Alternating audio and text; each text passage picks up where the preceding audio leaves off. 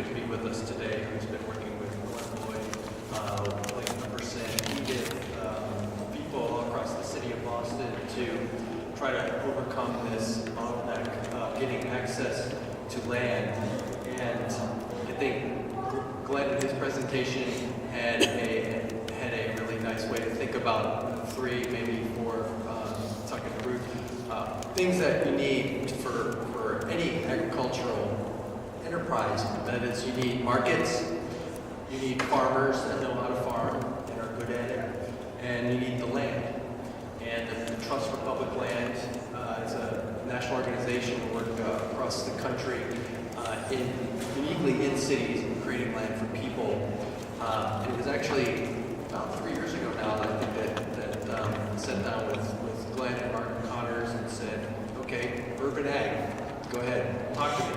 Get me convinced. And he quickly said, look, we have, I think at the time, 2 or 3 sites. We've got a big idea, but we can't get there without access to land. So after talking through with Glenn and some other folks about what we could all bring to the table that he referred to a little bit earlier, we've come up with a partnership here in the city of Boston that I'd like to tell you a little bit about. Because I do think that in more complicated settings,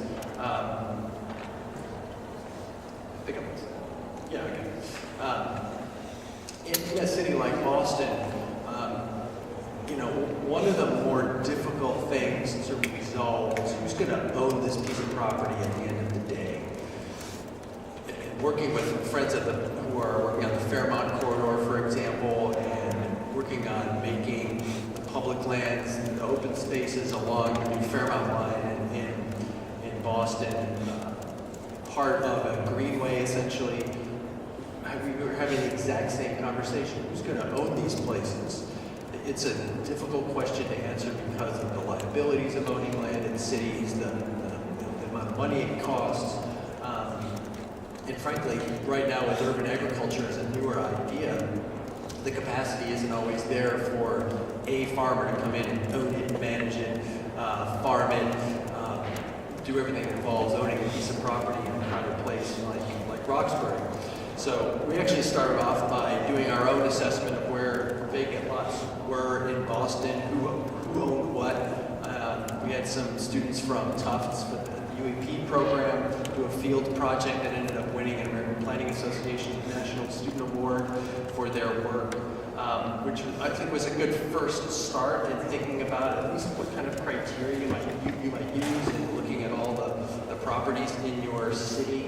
And starting to cross some of them off, because sometimes it's just that is the most important part to sort out is what aren't we going to farm or what isn't available. And this is a process that's still continuing today at D&D as they then sort of take it to the next level and say, well, now that we know what the criteria are for farming, now let's also add in the fact that the city owns vacant lots that people want to use for a lot of different uses, especially new housing, which is so sorely needed in the city of Boston. So you're soon going to see sort of second generation of this kind of assessment. So we did that kind of thing. That's online on the UEP website. We'll make it available for folks here.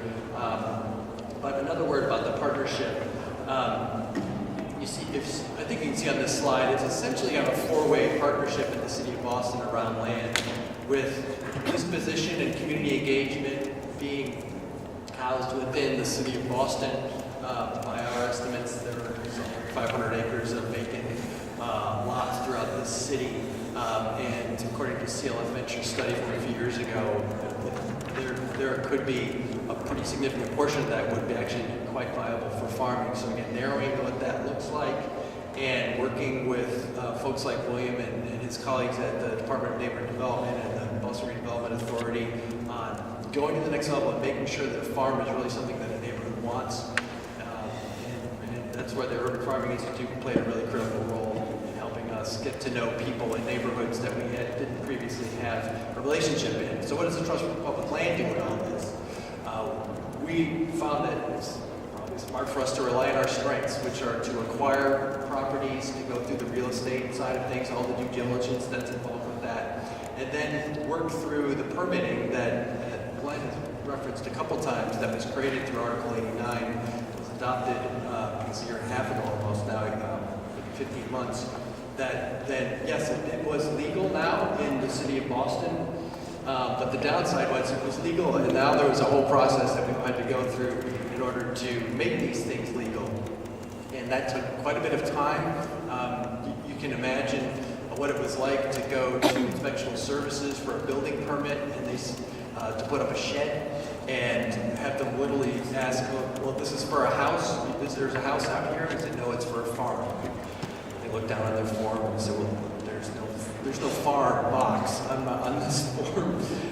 So we were literally pushing very simple issues forward on a day-to-day basis to get the first urban farm permitted in the city of Boston and Roxbury on Herald Street. And then do the improvement that's needed to make these farms ready to go. We like to say we're building a turnkey farm with clean soil that we bring in from off-site, with the water connection that you've heard that does cost in the tens of thousands of dollars, fencing, signage, all of that.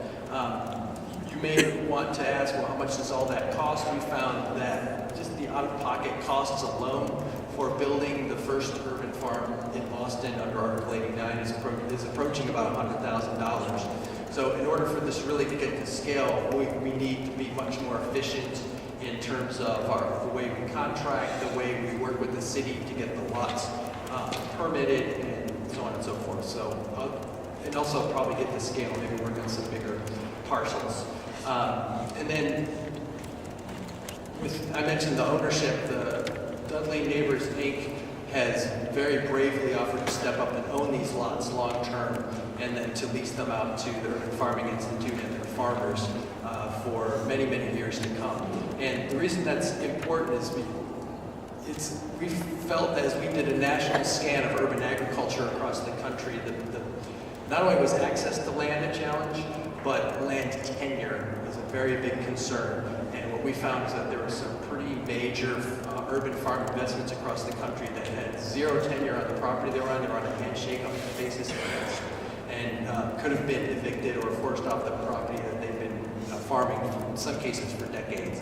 So our arrangement with the city of Boston creates a deed restriction so that it has to be farmed moving forward, which we feel is a pretty good arrangement. So happy to talk more about Q&A.